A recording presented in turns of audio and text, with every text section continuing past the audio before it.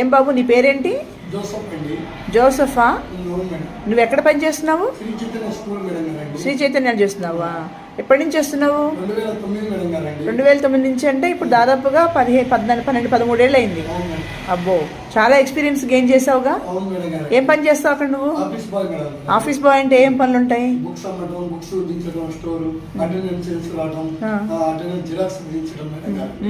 ఇంకా ఇంకేముంటాయి? బెల్లు అవి కొడతావా?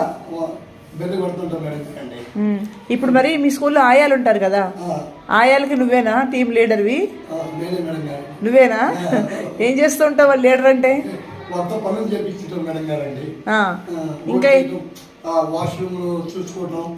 మరి మీ స్కూల్లో బాగా చూసుకుంటున్నారా నిన్ను?